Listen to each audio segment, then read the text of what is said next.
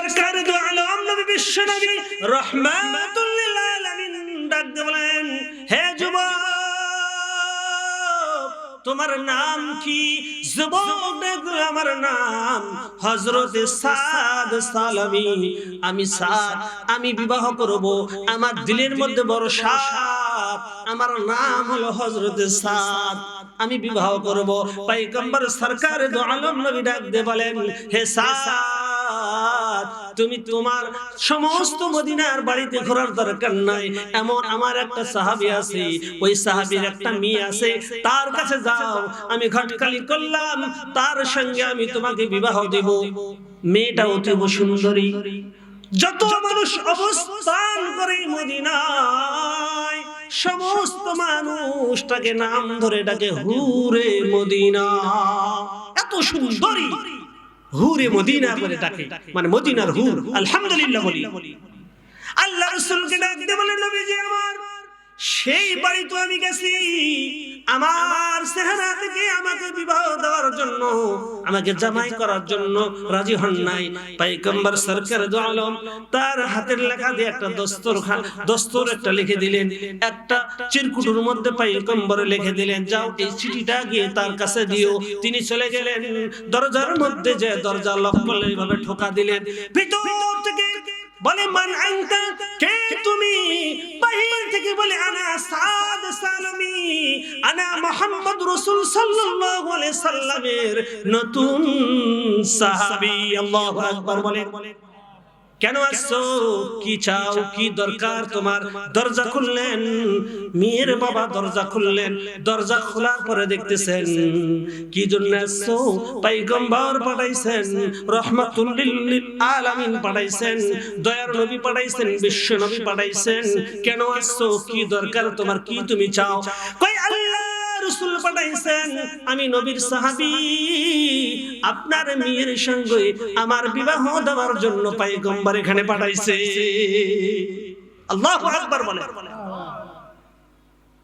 হুরে মদিনার বাবা চিন্তা করলো, যাক চেহারা যদি খারাপ হয়, টাকা করি মনে হয় ভালো আছে, না হলে পাঠাবে কেন? আমরা দেখি না কালো হোক, কিন্তু বাড়ি গাড়ি ভালো, কালো কিন্তু চাকরি ভালো, দেখি না? কালো কি আসে যায়, সম্পত্তি তো অনেক, দেখ বিবাহ দিয়ে দিই। তখন তিনি বললেন, যুবক তোমার চেহারা দেখে তো আমার পছন্দ নয়, হয়তোবা তোমার অন্য কিছু বেশি আছে, মাল বেশি আছে, বলো তো তোমার কি আছে? বলে আমার কিছুই নাই, আমি ছিলাম বেঈমান, আমার কাছে থাকার মতো একটাই জিনিস আছে, সেটা হলো ঈমান। আল্লাহু আকবার বলেন। আমি ছিলাম বেঈমান, আমার কাছে এখন শুধু আছে ঈমান, কিচ্ছু নাই, টাকা করে কিচ্ছু নাই। বলে হবে না, তুমি গেট আউট, তোমার মতো জামাইয়ের দরকার নাই, তোমার চেহারাও ভালো নয়, তোমার টাকা কড়িও নাই, তোমার ধন সম্পত্তিও নাই, তোমার কিছু নাই, তোমার মতো জামাই আমার দরকার নাই, চলে গেলেন। এই কথাগুলো সবগুলো হুর মদিনা শ্রবণ করছেন, কান দিয়ে শুনছেন। হুর মদিনা কাঁদতেছেন, সরকার দু আলম নবী বিশ্ব নবী পাঠাইছেন, আমার জন্য জামাই পাঠাইছেন, আমার বাবা তাকে বিদায় করে কেমনে দিল সহ্য হয় না। তিনি বিরহে কান্না শুরু করলেন। পয়গম্বরের কাছে গিয়ে সাদ মাথাটা করেছেন নিচু। আল্লাহ রাসূল ডাক দিয়ে বলে, সাদ তোমার মাথা কেন নিচু? ঘটনা ঘটছে নাকি কিছু? আল্লাহু আকবার বলি। মুসলমান ইমানদার আল্লাহর গোলাম, গভীর মনোযোগ, মা বোনেরা খেয়াল করে শুনবেন। আল্লাহ রাসূল দরখাস্ত পাঠাইছেন বিবাহর জন্য। এখন হুরে মদিনা, অতীব সুন্দরী মদিনার সমস্ত মানুষগুলো, টাকা ওয়ালাগুলো, ধন সম্পদগুলো, শেখগুলো লাইন ধরে থাকে ওই মেয়েকে বিবাহ করার জন্য। কিন্তু হুরে মদিনা চিন্তা করলেন, পয়গম্বর পাঠাইছেন, বাবা তুমি কত বড় ভুল করছো, তুমি কি জানো যে নবীর জন্য দুনিয়া সৃষ্টি, তামাম কুল কায়না সৃষ্টি, ওয়ামা আরসালনাকা ইল্লা রাহমাতাল লিল আলামিন। আল্লাহু আকবার। আল্লাহ রাব্বুল আলামিন, হাবিব আমার, বন্ধু আমার, তাম দুনিয়ার সমস্ত কুল কায়নাতের জন্য, তাম জগতের জন্য আমি আল্লাহ পাক পয়গম্বর তোমাকে রহমত স্বরূপ প্রেরণ করেছি। আল্লাহু আকবার বলেন। বাবা তুমি কার পুস্তককে প্রত্যাখ্যান করেছো তুমি কি জানো?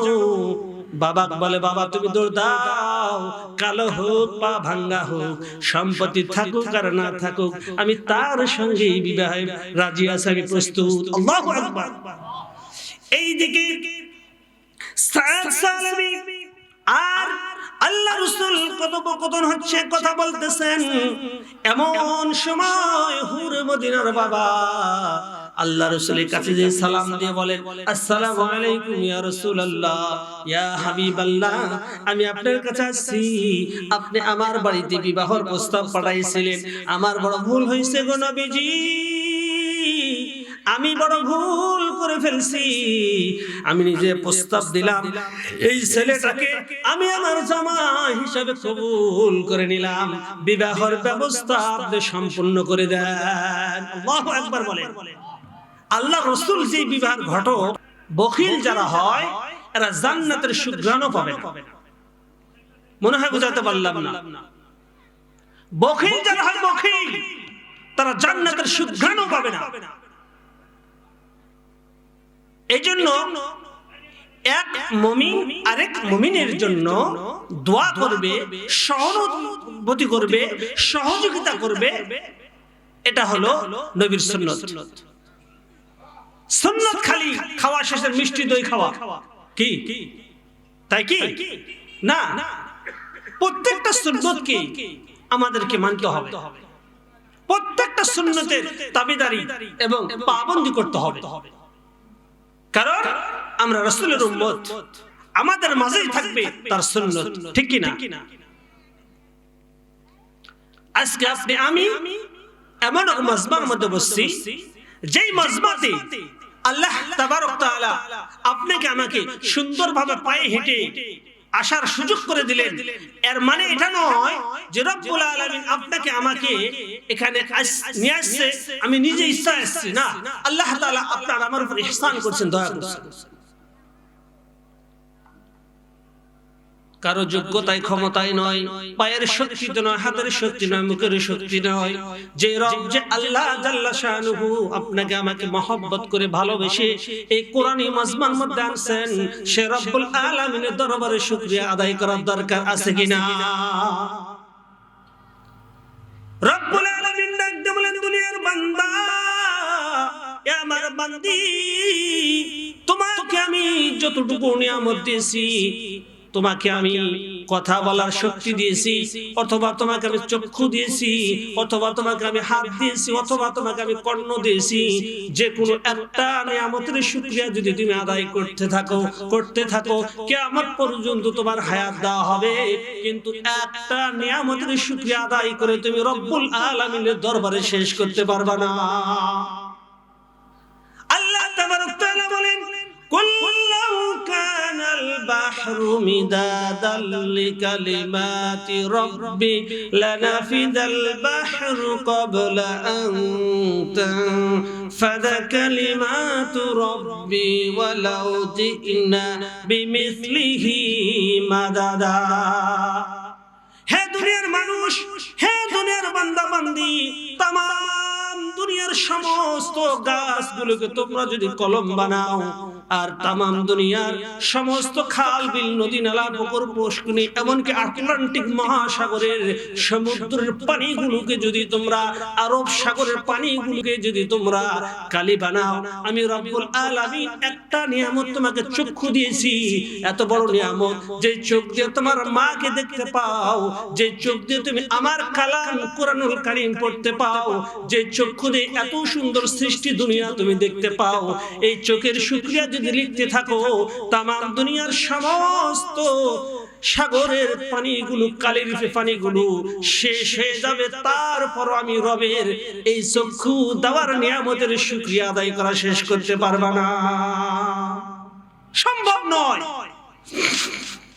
মুসলমান ইমানদার আল্লাহর গোলাম, যে রব্বুল আলামিন আপনাকে কি আমাকে বিনা দরখাস্তে মুসলমান বানাইলেন?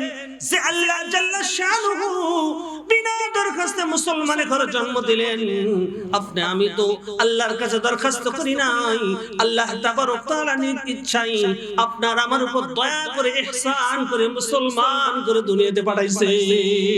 ঠিক কি না? আল্লাহ তো ইচ্ছা করলেন কোন হিন্দুর ঘরে, কোন ইহুদির ঘরে, কোন বৌদ্ধর ঘরে, কোন নাসারার ঘরে পাঠাতে পারতেন। না না না না, আল্লাহ তাআলা তা করেন নাই। আল্লাহ তাআলা দয়া করে ইহসান করে মায়া করে আপনাকে আমাকে পবিত্র ধর্ম ইসলাম, আল্লাহ তাবারক তাআলা বলেন ইন্নাদ-দীনা ইনদাল্লাহিল ইসলাম। আল্লাহু আকবার। আল্লাহ রাব্বুল আলামিন বলেন পৃথিবীর যত ধর্ম আছে সব ধর্ম হচ্ছে আমি রব্বুল আলামিনের কাছে মনোনীত ধর্ম হলো ইসলাম। আর ইসলামের পথে আল্লাহ তাআলা আপনাকে আমাকে দীক্ষিত করেছেন, ইসলামের পথে আল্লাহ তাআলা কবুল করেছেন, মুসলমান করে আল্লাহ রব্বুল আলামিন আপনাকে আমাকে মুসলমানের ঘরে জন্ম দিয়েছে। এতে আপনি আমি খুশি না বেজার? আপনি আমি খুশি হলো আল্লাহর কিছু যায় আসে না, খুশি না হলো আল্লাহর কিছু যায় আসে না। ঠিক কি না? আসে কি? আপনি আমি যদি আল্লাহ তাআলাকে আল্লাহ কয়ে ডাক না দেই, আল্লাহ তাআলার কি ক্ষতি হবে? আপনি আমি যদি আল্লাহকে বলি আল্লাহ, আল্লাহ কি 1 ইঞ্চি বড় হবে? বলে বড় হবে না। আপনি আমি রবকে ডাকবো, রব খুশি হবে, আমি লাভবান হব, আল্লাহ তাবারক তাআলা আমার উপর সন্তুষ্ট হবে, আমার উপর রাজি হবে, খুশি হবে। রব্বে কারীম আল্লাহ জাল্লা শানুহু ফেরেশতাদের ডাক দিয়ে বলবেন, হে মালাইকার দল, তাকিয়ে দেখ দারুন নাজাত মাদ্রাসার ময়দানে আমার কতগুলো বান্দা, কতগুলো বান্দি বসে থেকে আমার গুণগান গায়, আমার কোরআন শ্রবণ করতেছে। কেন জানো? ফেরেশতারা বলবে রব্বুল আলামিন আপনার বান্দা বান্দি আপনাকে খুশি করার জন্য, আমাকে খুশি করে কি লাভ হবে? ফেরেশতারা বলবে আল্লাহ আপনাকে খুশি করার উদ্দেশ্য হলো আপনার জান্নাত পাওয়ার জন্য। আল্লাহু আকবার বলেন। আল্লাহ রাব্বুল আলামিন বলেন আমার বান্দা কি জান্নাত দেখেছে, আমার বান্দা কি জাহান্নাম দেখেছে? ফেরেশতারা বলবে না, বললো না, জান্নাত জাহান্নাম কিছুই দেখি নাই, কিন্তু আপনার দুনিয়াতে আপনার বান্দা আলেম উলামারা যারা আছেন, হক্কানি রব্বানি যারা আলেম আছেন, তারা তাদেরকে হেদায়েতের ওয়াজ করছেন, জান্নাত জাহান্নামের ওয়াজ করছেন, জাহান্নাম আছে বিশ্বাস করেছেন, জান্নাত আপনি দিবেন এটা বিশ্বাস করেছে। এই বিশ্বাস করে দারুন নাজাত মাদ্রাসার ময়দানে আপনার বান্দা বান্দি বসে থেকে চাতক পাখির মতো তাকে আপনার কোরআন শ্রবণ করতেছে। আল্লাহ রাব্বুল আলামিন সমস্ত মালাইকার দল ফেরেশতাদেরকে ডাক দিয়ে বলবেন, হে ফেরেশতা তোরা সাক্ষী থাক, সাক্ষী থাক, আজকে বসে থাকার কারণে এই ময়দানে শীতের মধ্যে তারা বসার কারণে আমি রাব্বুল আলামিন পিছনের জিন্দেগীর সমস্ত গুনাহগুলোকে নেকি দ্বারা পাল্টাই আমি রাব্বুল আলামিন তাকে জান্নাতে মেহমান হিসেবে কবুল করে নিলাম। আল্লাহ পারে কি পারে না? পৃথিবীর কেউ যেটা পারে না সেটা পারে কে? সেটা কে পারে বলেন? সেটা কে পারে? আল্লাহ পারে। কারণ আল্লাহ আমার রব, তিনিই করেন সব। মুসলমান ইমানদার আপনি আমি জীবিত আছি, ঠিক কিনা বলেন? কিন্তু আপনার আমার জীবিত আগে আমরা মৃত্যু ছিলাম। কি ছিলাম? মৃত্যু ছিলাম, মৃত্যু। সূরা মুলক থেকে আমি তেলাওয়াত করেছি, এমন একটি সূরা তেলাওয়াত করেছি, এই সূরার এত দাম, এই সূরার এত মান। মুসনাদ আহমদে হযরতে আবু হুরায়রা রাদিয়াল্লাহু তাআলা আনহু বলেন, রাসূল করিম সাল্লাল্লাহু আলাইহি সাল্লাম ফরমাইছেন, পবিত্র কালামুল্লাহ শরীফের মধ্যে এমন একটি সূরা আছে, এই সূরার মধ্যে 30টা আয়াত আছে, 30টা আয়াত বিশিষ্ট একটা সূরা। সেই সূরার নাম হলো সূরাতুল মুলক। তাবারাকাল্লাযী বিয়াদিহিল মুলক। এই ব্যক্তি যদি সূরা মুলক তেলাওয়াত করে, যে ব্যক্তি সূরা মুলক তেলাওয়াত করবে, এই পাঠককে সূরা মুলক কিয়ামতের ময়দানে আল্লাহ তাবারক তাআলার সঙ্গে ঝগড়া করে, তর্ক বিতর্ক করে জান্নাত দিয়ে দিবে। এই সূরাটা ঝগড়া করবে আল্লাহ তাআলার কাছে।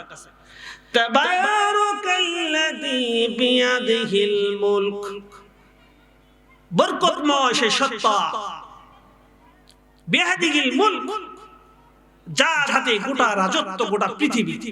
আল্লাহু আকবার বলেন। কার হাতে?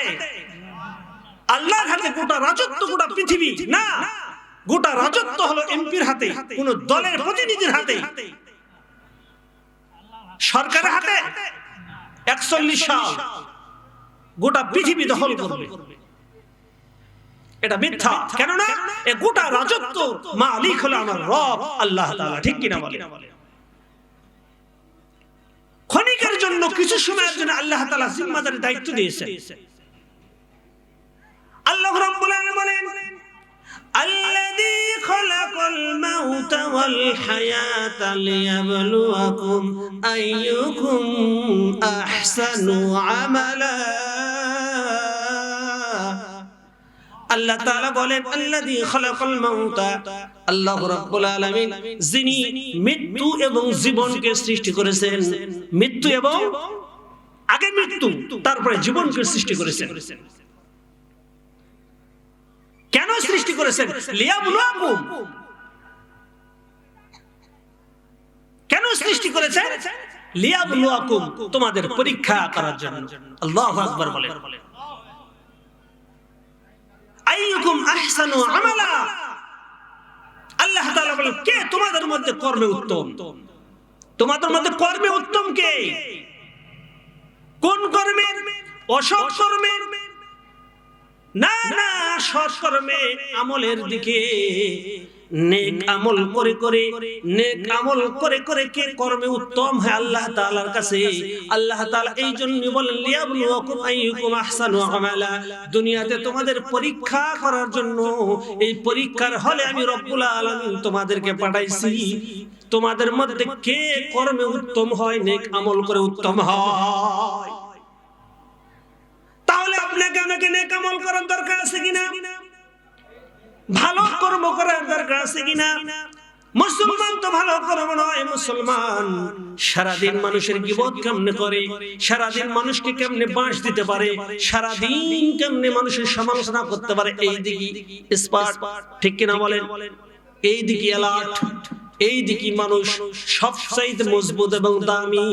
মানুষের সমালোচনা করা। মুসলমান যারা হয়, মুমিন মুত্তাকি যারা হয়, তারা কোনোদিন মানুষের সমালোচনা করে না।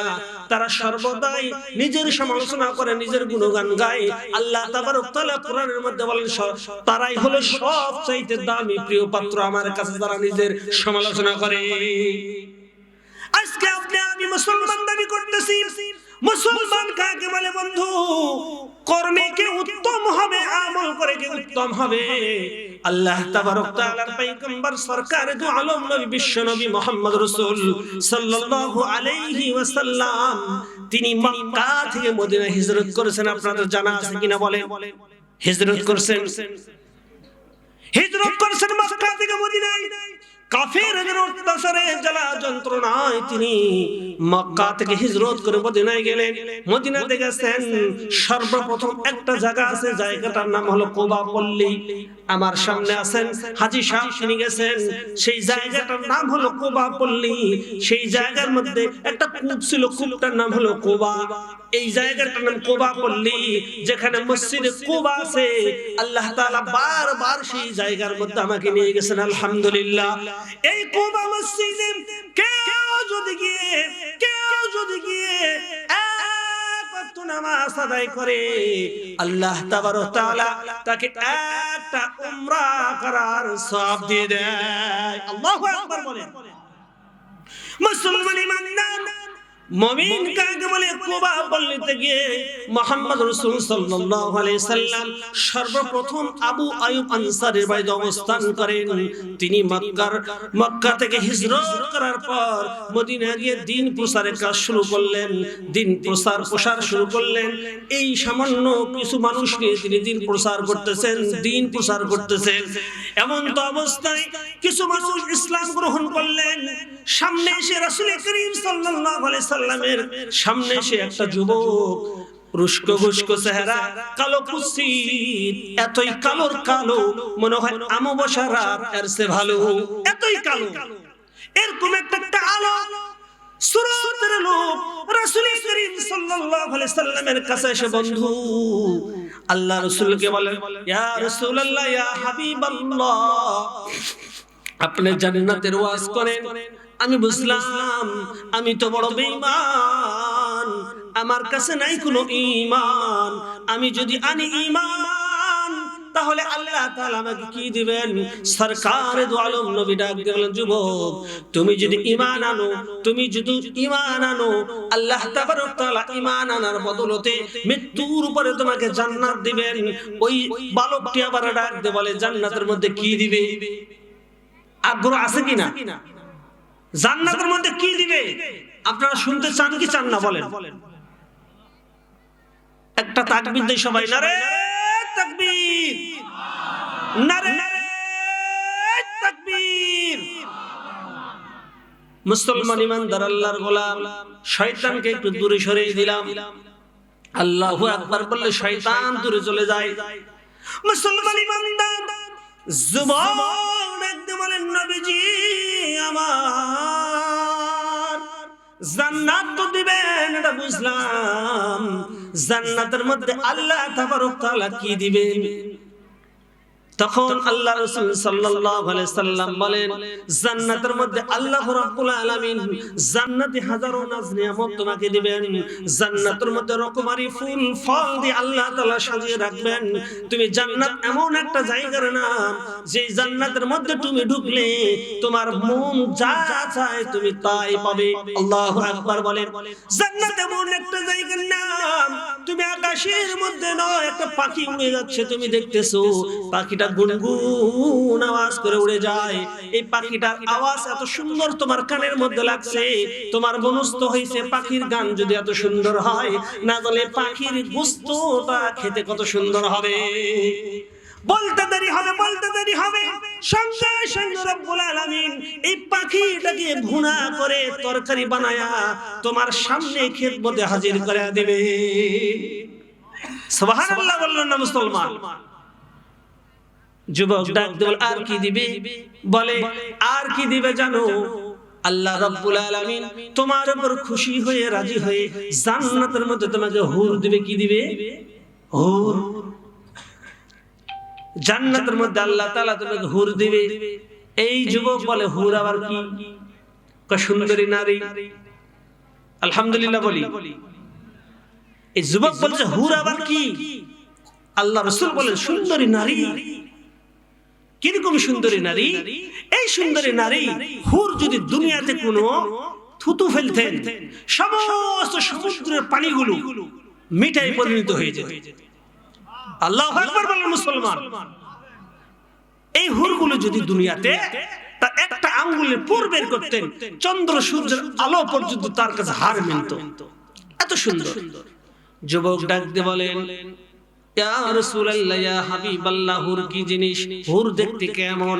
পয়গম্বর সরকারে দু আলম নবী ডাক দিয়ে বলেন, শোনো যুবক, হুর এমন সুন্দর হবে, 70 জোড়া কাপড় পরিধান করে থাকবে, তারপর তার কাপড় ভেদ করে তার রূপের তাজাল্লি চকমক করবে, তুমি দেখতে পাবা। এমন কি হাতের মধ্যে দৃষ্টি গোচর করবে, তোমার হাত ভেদ করে কাপড় ভেদ করে চামড়া দেখতে পাবে। চামড়া এত সৌন্দর্য, চামড়ার ভিতরে যে হাড় আছে এই হাড় পর্যন্ত তুমি দেখতে পাবে। হাড় শুধু নয় রে যুবক, হাড়ের মধ্যে যে মর্যাদা চলাফেরা করতেছে, তুমি সব চোখে সে হাড়ের ভিতর মর্যাদা দেখতে পাবা। আল্লাহু আকবার বলে। যুবক ডাকতে বলেন, পয়গম্বর আমার, আমি তো বড় বেঈমান, আমার কাছে নাই কোনো ঈমান। এত কিছু যদি আল্লাহ তাআলা ঈমান আনার পরে দেয়, এই দুঃখ কি আমার প্রাণে সয়? আমার দেরি সহ্য হয় না গো পয়গম্বর, আমাকে মধুর কালেমা পড়ে মুসলমান বানায় দেন। লা ইলাহা ইল্লাল্লাহু মুহাম্মাদুর রাসূলুল্লাহ সাল্লাল্লাহু আলাইহি ওয়াসাল্লাম। কোরআনের প্রতি যারা আসবে, রাসূলের কাছে যারা আসবে, তাদেরকে শান্তি দেওয়ার মালিক কে বলেন? দিলের মধ্যে শান্তি প্রশান্তি দেওয়ার মালিক কে?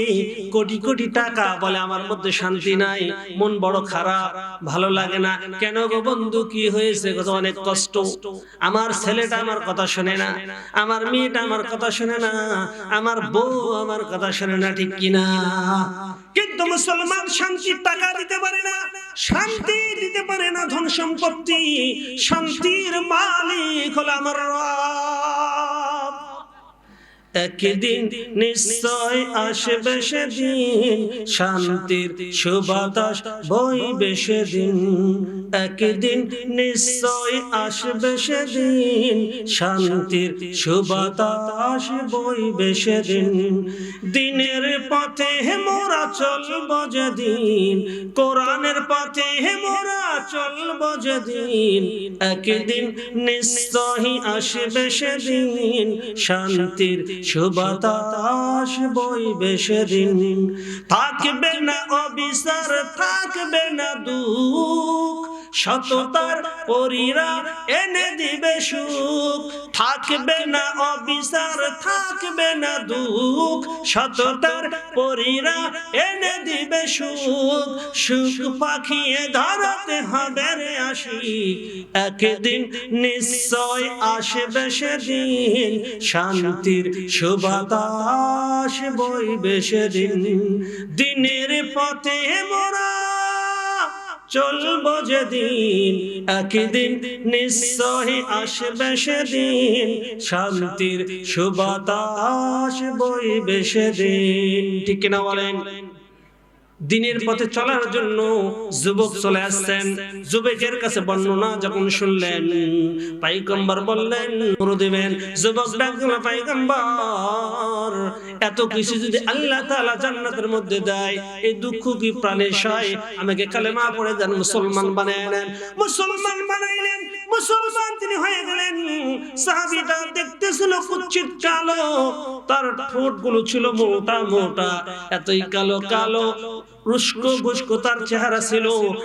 8 মাস হয়ে গেল তিনি ইসলাম গ্রহণ করা। 8 মাস পর তিনি পয়গম্বরের কাছে যায়, বলে পয়গম্বর আল্লাহ তাআলা মরার পরে জান্নাত দিবেন, কিন্তু এই জীবনে আমার একটা স্ত্রী দরকার আছে কিনা? সুন্নাত আদায় করতে হবে। পরেশান হয়ে গেছে, আমার সবকিছু হচ্ছে কিন্তু বিয়ে করা সুন্নাত, এই সুন্নাত আমি এখন আদায় হয় নাই। সব সুন্নাত হয়ে গেছেন। পয়গম্বরের কাছে তিনি বায়াত হইছেন, কালেমা পড়ছেন, মুসলমান হইছেন। তার মানে আল্লাহ তাবারক তাআলা তার উপর রাজি এবং খুশি আছেন। কিন্তু একটা সুন্নাত তার কাছ থেকে বিরত আছে, সেটা হলো কি? বিবাহ। সে বিবাহ করেনি। মুসলমান মনে রাখবেন, ছেলে মেয়ে যখন বিয়ে বয়স্ক হয়ে যাবে, তাদেরকে বিবাহ দিবেন, বাইরে লেখাপড়া করান, কিন্তু তারা কুকর্ম করে, কি করে না করে সেটা তো আপনি আমি দেখি না। বিবাহর যখন সময় হয়ে যাবে তখন বিবাহ দিতে হবে। আপনার বয়স যখন 45 বছর হবে, তখন আপনি জামাই এবং বৌমার মুখ দেখবেন, ঠিক কিনা বলেন? কিন্তু মুসলমান ইমানদার বিবাহ দেয় না, বিবাহ দেয় না, কিন্তু সুন্নাত একটা পালন করার জন্য ওই যুবক আল্লাহ রাসূলের সাহাবী পাগল হয়ে গেছেন। পয়গম্বর আমার একটা বিবাহের ব্যবস্থা করিয়ে দাও, আমি তো আনছি ঈমান, আল্লাহ তাআলা ঈমানের দৌলত দান করেছেন, আমার একটা বিবাহ দরকার আছে, এই সুন্নাতটা আমার আদায় করা জরুরি, এই সুন্নাতটা আদায় করা আমার অতীব জরুরি। হে পয়গম্বর আমার একটা বিবাহ দরকার। আল্লাহ রাসূল সাল্লাল্লাহু আলাইহি সাল্লাম বলেন, দেখো তুমি পয়গম্বরকে ডাক দিয়ে বলে নবীজি আমার মদিনার এমন কোনো বাড়ি নাই যেই বাড়িতে আমি আমার এই অপায়ক চেহারা নিয়ে আমার বিবাহের প্রস্তাব দেয় নাই, আমার এই চেহারা দেখে কুৎসিত কালো চেহারা দেখে আমাকে কেউ বিবাহ দেওয়ার জন্য বিবাহ বসার জন্য রাজি হয় না। সরকার দু আলম নবী বিশ্ব নবী রাহমাতুল লিল আলামিন ডাক দিয়ে বলেন হে যুবক তোমার নাম কি? যুবক দেখো আমার নাম হযরত সাদ সালামি। আমি সাদ, আমি বিবাহ করব, আমার দিলের মধ্যে বড় সাদ, আমার নাম হলো হযরত সাদ, আমি বিবাহ করব। পয়গম্বর সরকার দু আলম নবী ডাক দিয়ে বলেন হে সাদ তুমি তোমার সমস্ত মদিনার বাড়িতে ঘোরার দরকার নাই, এমন আমার একটা সাহাবী আছে, ওই সাহাবীর একটা মেয়ে আছে, তার কাছে যাও, আমি ঘটকালি করলাম, তার সঙ্গে আমি তোমাকে বিবাহ দেব। মেয়েটা অতি সুন্দরী, যত মানুষ অবস্থান করে মদিনায় সমস্ত মানুষটাকে নাম ধরে ডাকে হুরে মদিনা, এত সুন্দরী হুরে মদিনা বলে ডাকে, মানে মদিনার হুর। আলহামদুলিল্লাহ বলি। আল্লাহ রাসূলকে ডাক দিয়ে বলেন নবীজি আমার সেই বাড়ি তো আমি গেছি, আমার চেহারা থেকে আমাকে বিবাহ দেওয়ার জন্য, আমাকে জামাই করার জন্য রাজি হন নাই। পয়গম্বর সরকার দু আলম তার হাতের লেখা দিয়ে একটা দস্তর একটা লিখে দিলেন, একটা চিরকুটের মধ্যে পয়গম্বর লিখে দিলেন যাও এই চিঠিটা গিয়ে তার কাছে দিও। তিনি চলে গেলেন, দরজার মধ্যে যে দরজা লক করলে এইভাবে ঠোকা দিলেন, ভিতর থেকে বলে মান আনতা, কে তুমি? বাহির থেকে বলে আনা সাদ সালামি, আনা মুহাম্মদ রাসূল সাল্লাল্লাহু আলাইহি সাল্লামের নতুন সাহাবী। আল্লাহু আকবার বলে। কেন আসছো? কি চাও? কি দরকার তোমার? দরজা খুললেন, মেয়ের বাবা দরজা খুললেন, দরজা খোলার পরে দেখতেছেন কি জন্য আসছো? পয়গম্বর পাঠাইছেন, রাহমাতুল লিল আলামিন পাঠাইছেন, দয়ার নবী পাঠাইছেন, বিশ্ব নবী পাঠাইছেন। কেন আসছো? কি দরকার তোমার? কি তুমি চাও? কই আল্লাহ রাসূল পাঠাইছেন, আমি নবীর সাহাবী, আপনার মেয়ের সঙ্গে আমার বিবাহ দেওয়ার জন্য পয়গম্বর এখানে পাঠাইছে। আল্লাহু আকবার বলে। হুরে মদিনার বাবা চিন্তা করলো, যাক চেহারা যদি খারাপ হয় টাকা করি মনে হয় ভালো আছে, না হলে পাঠাবে কেন? আমরা দেখি না কালো হোক কিন্তু বাড়ি গাড়ি ভালো, কালো কিন্তু চাকরি ভালো, দেখি না কালো কি আসে যায়, সম্পত্তি তো অনেক, দেখ বিবাহ দিয়ে দিই। তখন তিনি বললেন যুবক তোমার চেহারা দেখে তো আমার পছন্দ নয়, হয়তোবা তোমার অন্য কিছু বেশি আছে, মাল বেশি আছে, বলো তো তোমার কি আছে? বলে আমার কিছুই নাই, আমি ছিলাম বেঈমান, আমার কাছে থাকার মতো একটাই জিনিস আছে, সেটা হলো ঈমান। আল্লাহু আকবার বলে। আমি ছিলাম বেঈমান, আমার কাছে এখন শুধু আছে ঈমান, কিচ্ছু নাই, টাকা করে কিচ্ছু নাই। বলে হবে না, তুমি গেট আউট, তোমার মতো জামাইয়ের দরকার নাই, তোমার চেহারাও ভালো নয়, তোমার টাকা কড়িও নাই, তোমার ধন সম্পত্তিও নাই, তোমার কিছু নাই, তোমার মতো জামাই আমার দরকার নাই। চলে গেলেন।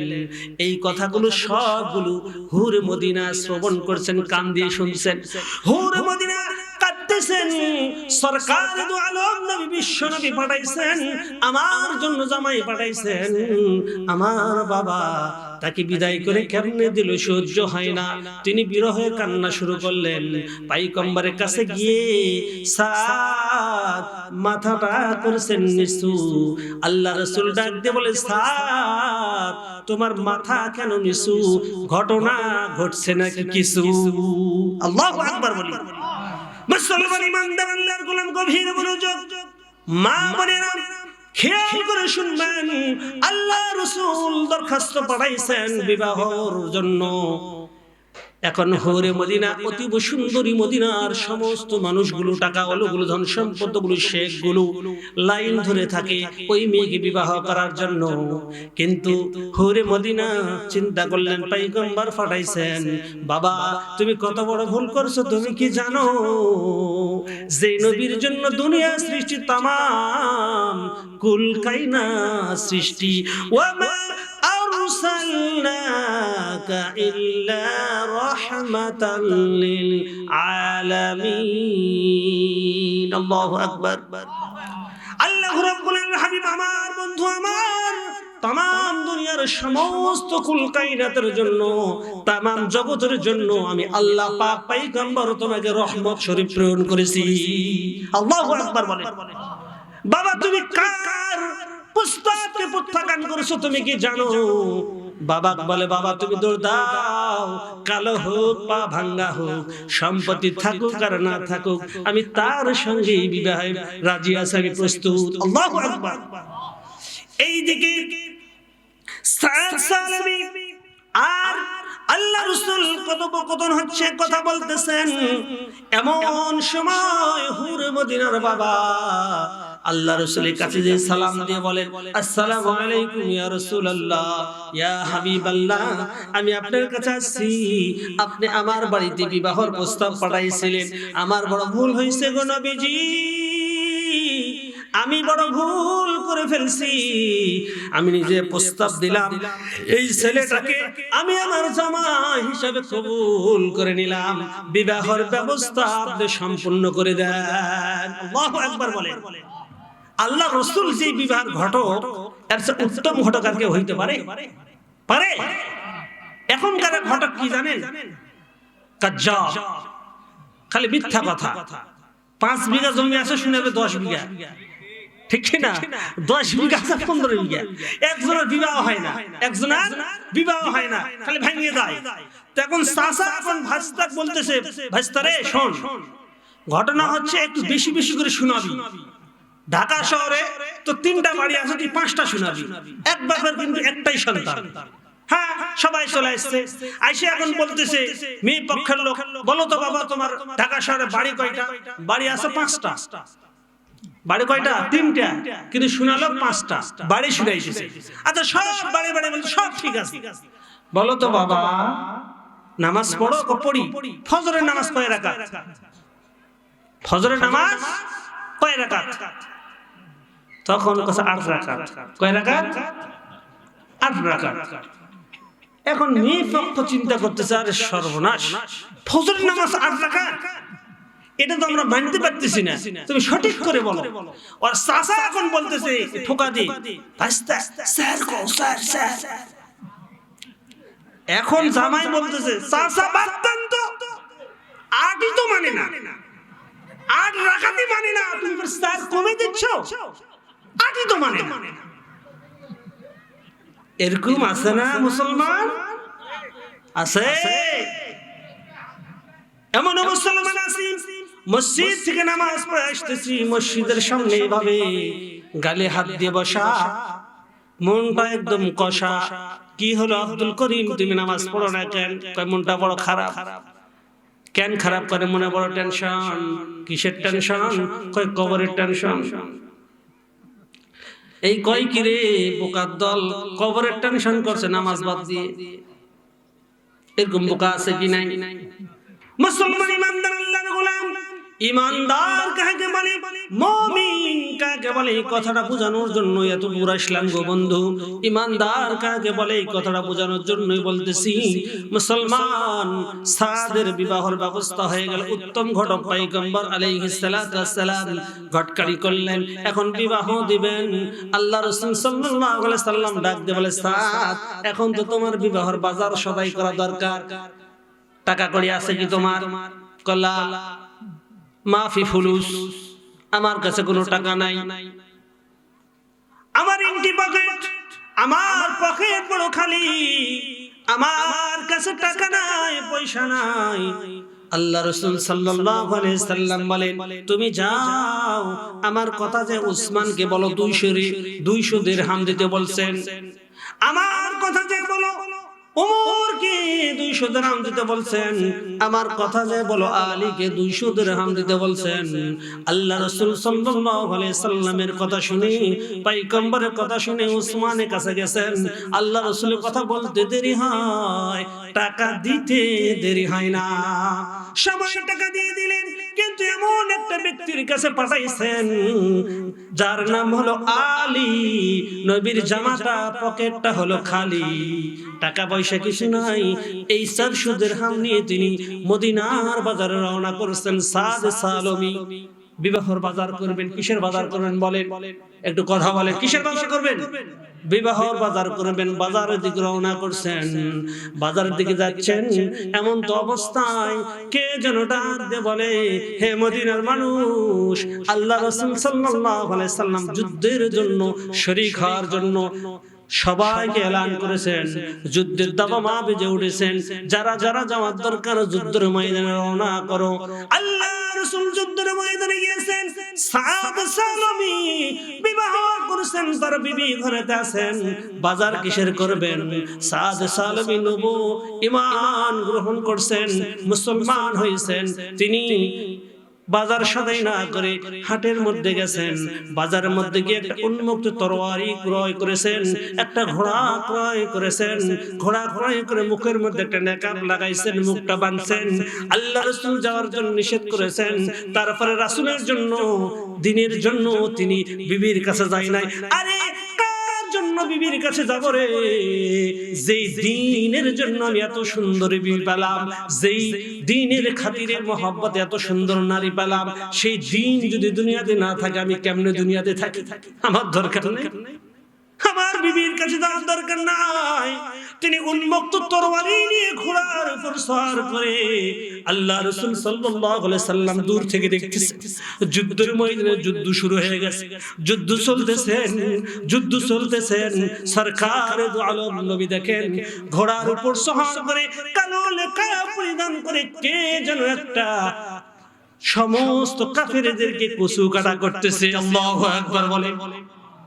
সরকার দু আলম নবী বলেন সাহাবীদেরকে, ওই তো দেখা যায়, কে ওইটা?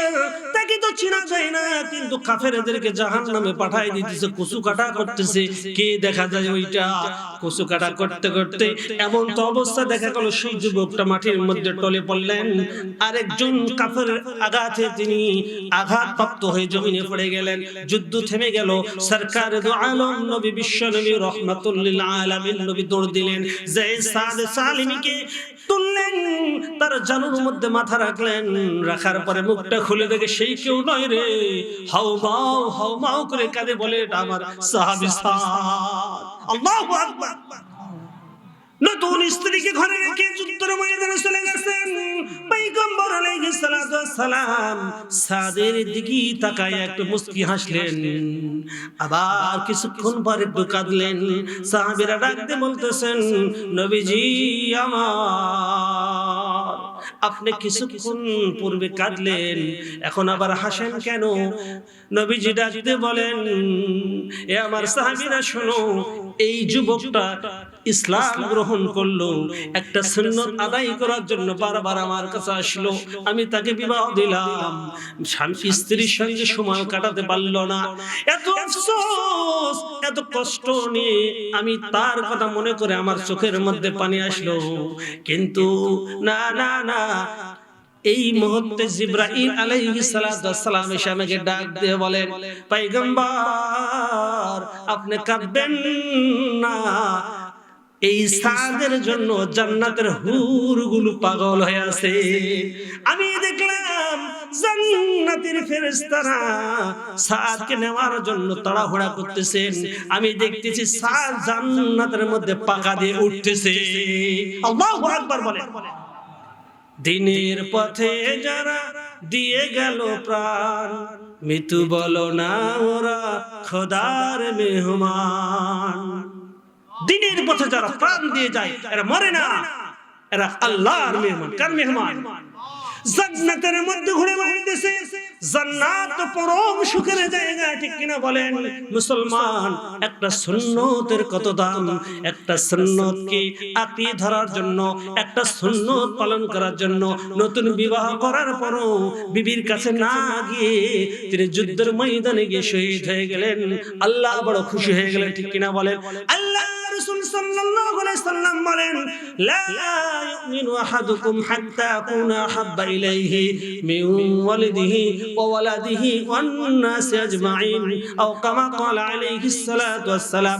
সরকার দু আলম নবী, রাহমাতুল লিল আলামিন নবী, বিশ্ব নবী বলেন, যতক্ষণ পর্যন্ত তোমার নিজের চেয়ে, তোমার কলিজার টুকরা সন্তানের চেয়ে, তোমার প্রাণের প্রিয়সী তোমার স্ত্রীর চেয়ে, এমন কি তোমার কলিজার চেয়ে বেশি আমি নবীকে মহব্বত না করবা, ততক্ষণ পর্যন্ত তুমি পূর্ণ মুসলমান ইমানদার হতে পারবা না। মানে নিজের জীবনের চেয়ে, আমার দুনিয়ার সব কিছুর চেয়ে আমার নবীকে বেশি মহব্বত করতে হবে, ঠিক কিনা বলেন? মুসলমান ইমানদার আল্লাহর গোলাম। আল্লাহ তাবারক তাআলা দুনিয়াতে আপনাকে আমাকে পাঠাইছেন তার গোলামি করার জন্য, দাসত্ব করার জন্য, ঠিক কিনা বলেন? আল্লাহ তাবারক তাআলা বলেন, এই দুনিয়াতে পাঠাইছি একমাত্র আমি রব, আমি আল্লাহ তাবারক তাআলার গোলামি করার জন্য, কোন দুনিয়ার গোলামি নয়, কোন দুনিয়ার মানুষের খেদমতের জন্য নয়, একমাত্র দ্বীনের খাদেম হিসাবে আল্লাহ তাবারক তাআলা দ্বীনের মাহবুব বান্দা হিসাবে আপনাকে আমাকে দুনিয়াতে পাঠাইছেন। আমরা মাওলা তাআলার দাসত্ব করব আর গোলামি করব, অন্য কিছুই নয়, ঠিক কিনা বলেন? গোলামি করার জন্য আল্লাহ তাআলা বলেন, ওয়ামা খালাকতুল জিন্না ওয়াল ইনসা ইল্লা লিয়াবুদুন। একমাত্র জিন এবং ইনসানকে আমি আল্লাহ তাআলা দুনিয়াতে পাঠাইছি আমি রবের গোলামি করার জন্য। কার গোলামি করার জন্য? আপনি আমি কার গোলামি করি? মুসলমান এই কটা মানুষ ইলেকশনের সময় দেখবেন, সামনে ইলেকশন আসতেছে, দেখবেন একটা রং চা খাওয়ার জন্য, লাল চা খাওয়ার জন্য সারা রাত ধরে মানুষ মশার মধ্যে, খেড়ের মধ্যে বসে থাকে, ঠিক কিনা বলেন? মুসলমান ইমানদার, আজকে মানুষ নাই এই ময়দানের মধ্যে, আপনি আমি আছি, আল্লাহ রাসূল সাল্লাল্লাহু আলাইহি সাল্লাম দুনিয়াতে নাই। বন্ধুরে, আপনাকে আমাকে ইবাদতের জন্য আল্লাহ তাআলা পাঠাইছেন। আপনি আমি কোথায় যাব? আমাদের ঠিকানা কোথায়? জান্নাত, ঠিক কিনা বলেন? আল্লাহ রাসূল সাল্লাল্লাহু আলাইহি সাল্লাম বলেন, দুইটা জিনিস তোমরা যদি আঁকড়ে ধরো, মহব্বত করতে পারো, তাহলে তোমরা সাকসেস হবে, কামিয়াবি হবে। সরকার দু আলম নবী বলেন, তারাকতু ফীকুম আমরাইন লান তাদিল্লু মা তামাসসাকতুম বিহিমা কিতাবাল্লাহি ওয়া সুন্নাতি রাসূলি। সরকার দু আলম নবী ডাক দেন, দুনিয়ার উম্মত শোনো, দুইটা জিনিস যে তোমরা আঁকড়ে ধরতে পারো, মজবুত করে ধরতে পারো, তাহলে তোমরা কামিয়াবি হবে, সাকসেস হয়ে যাবে। দুইটা জিনিস কি? কিতাবাল্লাহ ওয়া সুন্নাত রাসূলি, রাসূল করিম সাল্লাল্লাহু আলাইহি সাল্লামের সুন্নাত আর আল্লাহ তাবারক তাআলার কালাম, আসমানি কিতাব আল কোরআন। আল্লাহু আকবার বলি। সমাধান চাও যদি জীবনে মরণে, ফিরে যাও খুঁজে নাও, চোখ রাখো কোরআনে। সমাধান তবেই পাবে সুখ শান্তির ঠিকানা, যদি মেনে নাও তুমি মনে প্রাণে। সমাধান সমাধান চাও যদি জীবনে মরণে, ফিরে যাও খুঁজে নাও, চোখ রাখো কোরআনে। সমাধান এত চির অম্লান চির মুক্তির ডাক, এ যে মহাবাণী খোদার কালামে পাক। এত চির অম্লান চির মুক্তির ডাক, এ যে মহাবাণী খোদার কালামে পাক। এই দুনিয়া আর সেই দুনিয়া, মুক্তি পাবে তুমি দু জাহানে। সমাধান সমাধান চাও যদি জীবনে মরণে, ফিরে যাও খুঁজে নাও, চোখ রাখো কোরআনে। সমাধান যাহার পরশ পেয়ে পাথর হলো সোনা, সন্দেহ ভুল নেই তার একটি কোনা। এ যে এক বিপ্লব পিছে ফেলে যত সব, এ যে এক বিপ্লব পিছে ফেলে যত সব এগিয়ে চলে সে অগ্রপ্রাণে। সমাধান চাও যদি জীবনে মরণে, ফিরে যাও খুঁজে নাও চোখ রাখো কোরআনে।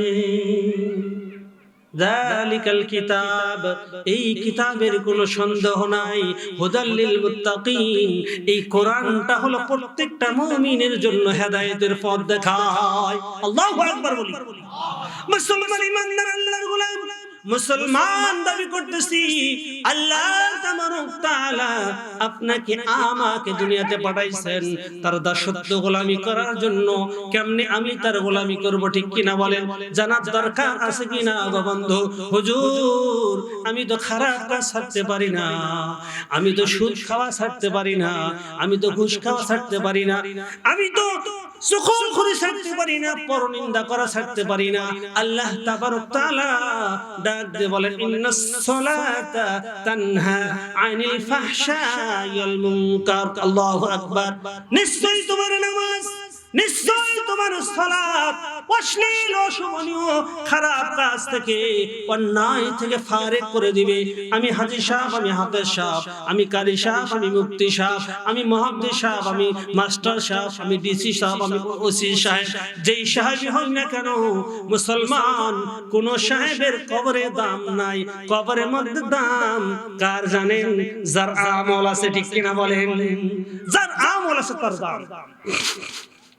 মুসলমান ইমানদার আল্লাহর গোলাম, কবরের মধ্যে আমি বলবো আমি হাফেজ সাহেব, আমি মাওলানা সাহেব, কোনো সাহেবের দাম নাই।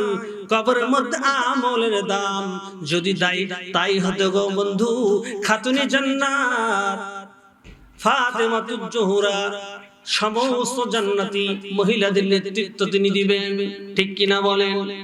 তিনাকে কবরের মধ্যে যখন ঢোকা হয়, তিনি মৃত্যুবরণ যখন করেন, কোনো সময় বিলম্ব না করে। আমরা তো 2 দিন পর জানাজা করি, বিয়ের জন্য দেরি করে, ঠিক কিনা বলেন? কিন্তু ফাতেমা রাদিয়াল্লাহু তাআলা আনহার জন্য দেরি করা হয় নাই। দ্রুত তাকে কুশল করায়াতের অন্ধকারে কবরের মধ্যে কবরস্থ করা হলো। কবরের মধ্যে হযরত আবু যর গফারি রাদিয়াল্লাহু তাআলা আনহু, জলিলুল কদর সাহাবী হযরত আবু যর গফারি কবরে ঢুকছেন। কবরে ঢোকার পর কবরের মাটিকে ডাকতে বলে, কবরে মাটি রে, এই মানুষটাকে তোমার কোলে রেখে গেলাম, তুমি কখনো এর সঙ্গে বেয়াদবি করিও না, একে কষ্ট দিও না, আঘাত দিও না। কবরে মাটি কোনো কথা বলে না, আবার বলে, কবরে মাটি তোমার কোলে যাকে রেখে যাচ্ছি তুমি কি জানো? ইনি হলো খাতুনে জান্নাত, সমস্ত জান্নাতি মহিলাদের নেতৃত্ব দিবেন। কবর কোনো কথা বলে না, আবার ডাকতে বলে, কবরে মাটি তুমি কি জানো তোমার কোলে যাকে রেখে যাচ্ছে তিনি কে? তিনি হলো হযরত হাসান হুসাইন, যারা 2 ভাই সমস্ত জান্নাতের যুবকদের সরদার হবে। তার মাকে রেখে যাচ্ছি, কখনো এর সঙ্গে বেয়াদবি করিস না, এর সঙ্গে কখনো তুই বেয়াদবি করিস না। কবরে মাটি কোনো কথা বলে না, আবার ডাকতে বলে, কবরে মাটি তুমি কথা বলো না কেন? তুমি কি জানো যাকে সৃষ্টি না করলে তামাম কুল কায়নাত আল্লাহ সৃষ্টি করতেন না? যিনি আসমান জমিনের মালিক, সে আল্লাহ তাবারক তাআলার প্যারা হাবিব মুহাম্মদ রাসূলুল্লাহ সরকারে দু আলম মুহাম্মদ রাসূলুল্লাহ সাল্লাল্লাহু আলাইহি ওয়াসাল্লামের কন্যা ফাতেমার সঙ্গে তুই বেয়াদবি করিও না। যখন পয়গম্বর আলাইহিস সালাতু ওয়াস সালামের যখন কথা বললেন, তখন কবরে মাটি উঠতো নাই। এ আবু যর, আমি ফাতেমাকে চিনি না, আমি হাসান হুসাইনকে চিনি না, আমি আলীকে চিনি না, আমি কাউকে চিনি না, আমি কবর শুধু চিনি আমল। হে মুসলমান, কোথায় আছি আমি? হাজির সন্তান। এই টুপির দাম নাই আল্লাহ তাআলার কাছে, এই দাড়ির কি দাম আমার মধ্যে যদি আমল না থাকে? মনে রাখবেন গো বন্ধু, 5 ওয়াক্ত নামাজ পড়বেন, রব্বুল আলামিন নামাজের বদলতে আপনার আমার রিজিক বৃদ্ধি করে দেবে।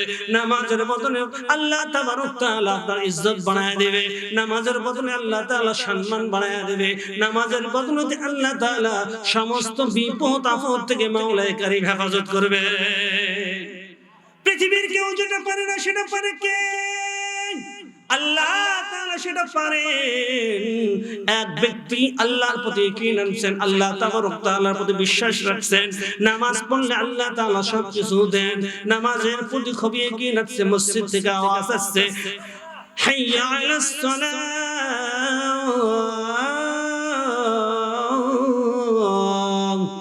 হাইয়া আলাল ফালাহ।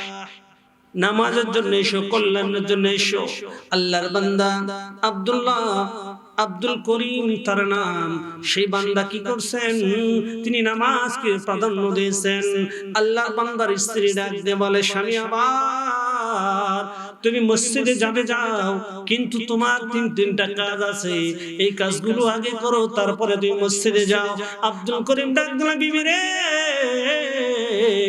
নামাজকে বলো না কাজ আছে, কাজকে বলো আমার নামাজ আছে, ঠিক কিনা বলেন? দুনিয়ার সমস্ত কাজ আমার পরে থাকবে, আমার রব আমাকে ডাক দিয়েছেন, আমার রবের কুদরতি কদমে আমাকে সিজদা দিতে হবে। বিবি ডাক দিয়ে বলে, স্বামী আমার দুইটা সন্তান 2 দিন ধরে অনাহারে, তারা খাবার পায় নাই, তারা খানার জন্য ক্ষুধার যন্ত্রণায় আর্তনাদ করতেছে, তর পাড়তেছে। তুমি এক কাজ করো, তোমার মেলের মধ্যে তুমি আটার বস্তা নিয়ে আসো, তুমি গম ভাঙাতে দিয়ে আসছো, এই গমের বস্তাটা তুমি নিয়ে আসো। বলে, না না না, আমার সময় নাই, আমার রব আমাকে ডাক দিয়েছেন, আমার রবের কুদরতি কদমে আমাকে আগে সিজদা দিতে হবে। আল্লাহু আকবার, আল্লাহু আকবার বলেন। মুসলমান ইমানদার আল্লাহর বান্দা মসজিদের দিকে দৌড়ায়, মসজিদের দিকে যাইতেছেন, এমন তো অবস্থায় আরেক ব্যক্তি ডাক দিয়ে বলতেছেন, কেমন ধোঁকা দেয়, বলতেছেন, আব্দুল করিম তুমি মসজিদে যাও, কিন্তু তুমি খবর রাখছো, যেই গরুর দুধ দোহন করে তোমার সংসার পরিচালনা করো, যেই গরুর দুধ দোহন করে তোমার সংসার পরিচালনা করো, সেই গরুটা ওই জঙ্গলের মধ্যে চলে গেছেন। তুমি কি জানো না ওই জঙ্গলের মধ্যে হিংস্র প্রাণী আছে, তোমার গরুটাকে মেরে ফেলবে, তারা খেয়ে ফেলবে, সুতরাং নামাজে পড়ে যাও, আগে গরুটা নিয়ে আসো। আব্দুল করিম ডাক দিয়ে বলে, অসম্ভব, আমার রবের কুদরতি কদমে আমার আগে সিজদা হবে, তারপরে দুনিয়ার কাজ। আল্লাহু আকবার বলেন। যাইতেছেন, তৃতীয় ব্যক্তি ডাক দিয়ে বলে, আব্দুল করিম তুই মসজিদে যাও ঠিক আছে, কিন্তু ওই পাশে তোমার জমি, তোমার জমিনে তুমি কি করবা? তোমার জমিনে তুমি সেচ দিবে, পানির দরকার, কিন্তু অমুক ব্যক্তি সেখানে মেশিন নিয়ে গেছে তার জমি পানি করার জন্য, ওর জমিনে পানি করা হয়ে গেলে সেই মেশিনটা নিয়ে চলে আসবে, সুতরাং তুমি আগে জমির পানিটা করো, মেশিন নিয়ে যদি চলে আসে তাহলে তুমি আর পানি সেচতে পারবে না। বলে, অসম্ভব, আমার পানি দেওয়ার মালিক আমার আল্লাহ, পানি দিয়ে দিয়ে আমার ধান হবে, পানি দিয়ে দিয়ে আমার ফসল হবে, এই গ্যারান্টি কে দিবে? ঠিক কিনা বলে? মুসলমান ইমানদার যদি তাই হতো পানি দিয়ে সব হয়, তাহলে খেজুর গাছ তো পানির মধ্যে থাকে না, খেজুর গাছ থেকে আল্লাহ রাব্বুল আলামিন 15 কেজি 20 কেজি 10 কেজি খেজুরের রস দেয় শুকনা জায়গায়, ঠিক কিনা বলেন? কেমনে হয়? হে মুসলমান, ইকিন রাখতে হবে তাল গাছ থেকে, তাল গাছের মধ্যে থেকে কেমন করে আসে? মুসলমান ইমানদার আব্দুল করিম ডাক দিয়ে বলে, না না না, আমি রবকে আগে প্রাধান্য দেব, আমার পানি হলো আমার ফসল, পানি না দিলেও আমার ফসল আল্লাহ দিতে পারে। আল্লাহু আকবার বলে। একই বিশ্বাস থাকতে হবে।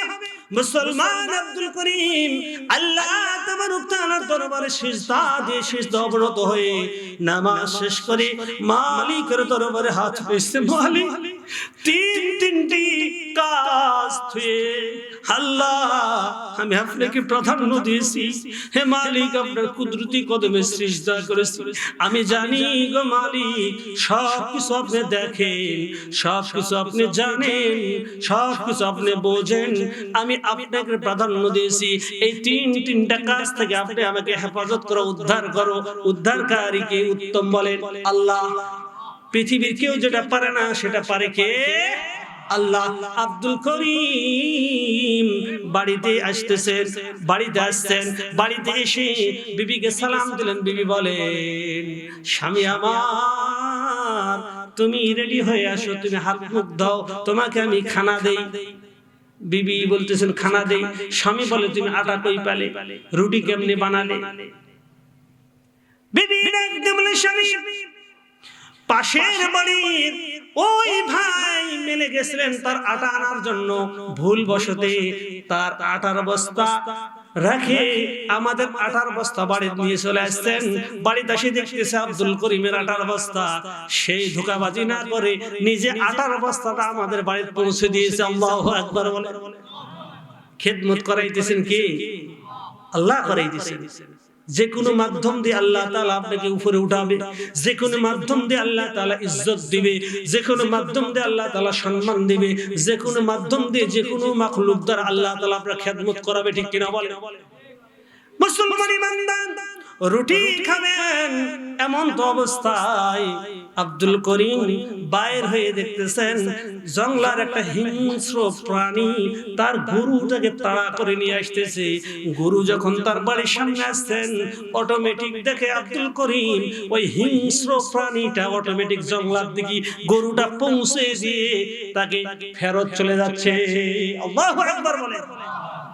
ওই হাইওয়ান জানোয়ার দ্বারা আল্লাহ তাআলা খেদমত করায় নিছেন। জমিনে পানি দিতে হবে, ওই জমিনের পানি দেওয়া মেশিনওয়ালা স্টার্ট করে আলের মধ্যে তিনি একটু বিশ্রাম করতে গেছেন। আল্লাহ তাবারক তাআলা ঘুম নামক নিয়ামত ওই মেশিনওয়ালার চোখের মধ্যে আল্লাহ তাআলা দিয়ে দিয়েছেন।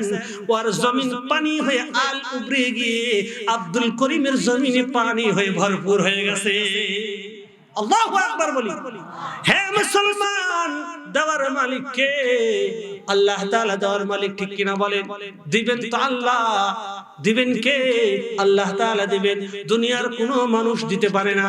আজকে আমার সমস্যা, আজকে আমি ব্যথিত, আজকে আমি দুঃখিত, আমি কষ্টের মধ্যে আছি, দুনিয়ার কেউ দিতে পারে না। দিবেন কে? আল্লাহ তাআলা বলেন উদউনি আস্তাজিব লাকুম। কে বলেন? বলেন আল্লাহ তাআলা বলেন তোমরা আমাকে ডাকো, আমি রব্বুল আলামিন তোমাদের ডাকে সাড়া দিয়ে দিব। আল্লাহু আকবার। আল্লাহকে ডাকতে হবে। আজকে দুনিয়ার মানুষ আল্লাহকে ডাকে না। মানুষ দুনিয়ার মুখাফিক্কি হয়েছেন, দুনিয়ার কাছে চাইতেছেন আজকে যদি আমার চাকরি না থাকে মনে হয় আমি না খেয়ে মারা যাব, এই চাকরি যদি আমার চলে যায় মনে হয় আমি পথে পথে ঘুরবো। না না না না, আল্লাহ হলো উত্তম পরাক্রমশালী পরিকল্পনাকারী। ঠিক কিনা বলেন? চাকরি আমাকে খাওয়াইতে পারে না, আমার বাবা যদি সম্পত্তিটা আমাকে ক্রয় করে না দিতেন, এই জমিটা যদি আমার না থাকতো, আমি মনে না খেয়ে মারা যেতাম।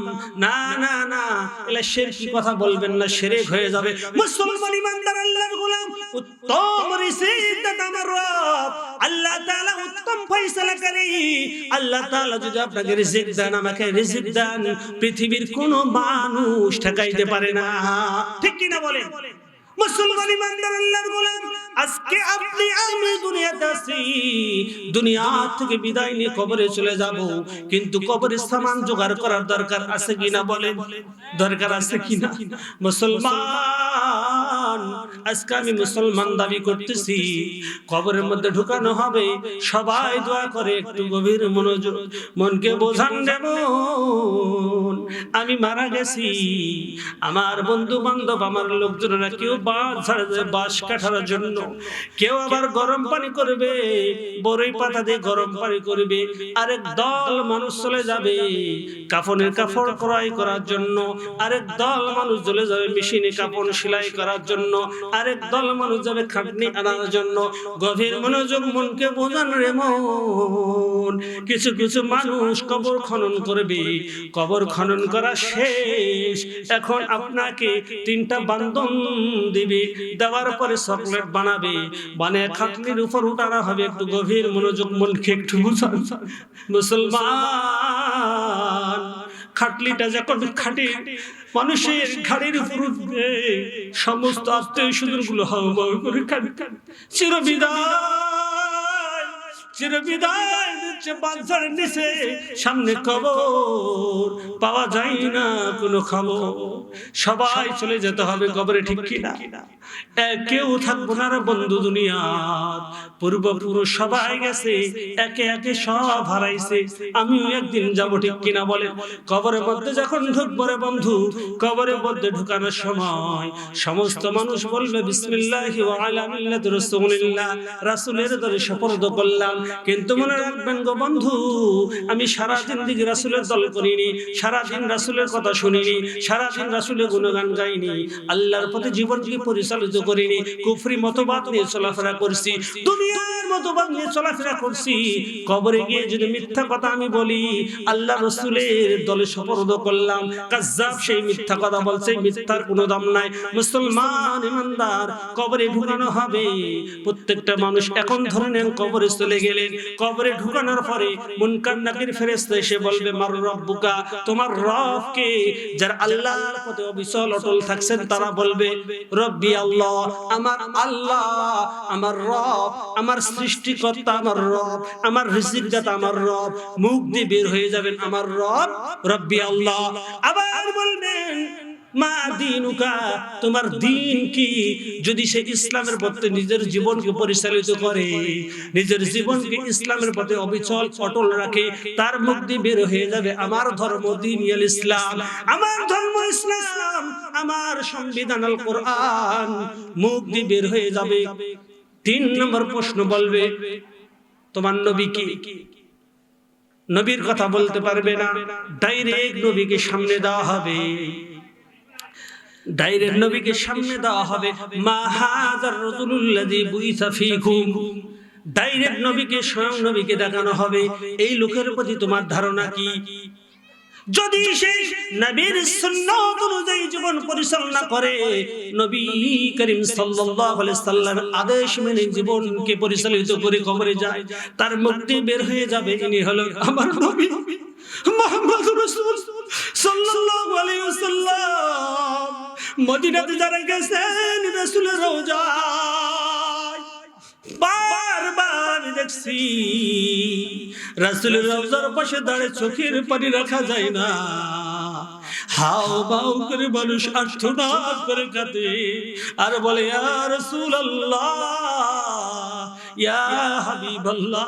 আরাফার ময়দানের সাথে আছেন, এই বড় আব্বা গেছেন, আল্লাহ তাআলা আপনাদের দোয়ার বরকতে বারবার সেই নবী রওজা শিয়রে আমাকে দাঁড় করাইছেন। আল্লাহু আকবার। মুসলমান ইমানদার, তিনটা প্রশ্নের উত্তর যখন বান্দা দিন মুমিন দিয়ে দিবেন, আল্লাহ তাবারক তাআলা বলবেন, আন সাদাকতা আবদি, আমার বান্দা সত্য বলেছে, ফাফরিশুহু মিনাল জান্নাহ, আমার বান্দাকে জান্নাতের বিছানা বিছায়া দাও, ওয়াল বিসুহু মিনাল জান্নাহ, আমার বান্দাকে জান্নাতের পোশাক পরিয়ে দাও। আল্লাহু আকবার বলে। ওয়াফতাহু লাহু বাবান ইলাল জান্নাহ, আমার বান্দার জন্য জান্নাতের দরজা খুলে দাও। মুসলমান ইমানদার, তিনটি প্রশ্নের উত্তর যদি দিতে পারেন, আল্লাহ তাবারক তাআলা জান্নাতের দরজা আপনার আমার জন্য খুলে দিবেন, জান্নাতের পোশাক পরিধান করে রব্বুল আলামিন আপনাকে আমাকে জান্নাতের মাকাম দান করবেন, যদি অবিচল আপনি আমি দ্বীনের পথে অটল থাকি। ঠিক কি না বলেন? আলহামদুলিল্লাহ, আমাদের প্রধান বক্তা চলে আসছেন। আল্লাহ তাআলা যদি কোনদিন সুযোগ দেয়, আগামী 10 তারিখে আমার মাহফিল আছে সিরাজপুর, আগামী 8 তারিখে আছে মির্জাপুর, 23 তারিখে আছে মির্জাপুর আলিম মাদ্রাসায়, এলাকার কথা বলতেছি। দোয়া করবেন আল্লাহ তাআলা যেন আপনাদের খেদমতে আমাকে কবুল করেন, আমি যেন সুস্থ থাকি। আমি কিন্তু অসুস্থ, রাজশাহী গিয়েছিলাম। প্রধান বক্তা আমার দাদুর কাছে দোয়া চাই, আল্লাহ তাআলা যেন আমাকে সুস্থতার নিয়ামত দান করেন। আল্লাহুম্মা আমিন। ওয়া আখিরু দাওয়ানা আনিল হামদুলিল্লাহি রাব্বিল আলামিন। আসসালামু আলাইকুম ওয়া রাহমাতুল্লাহ।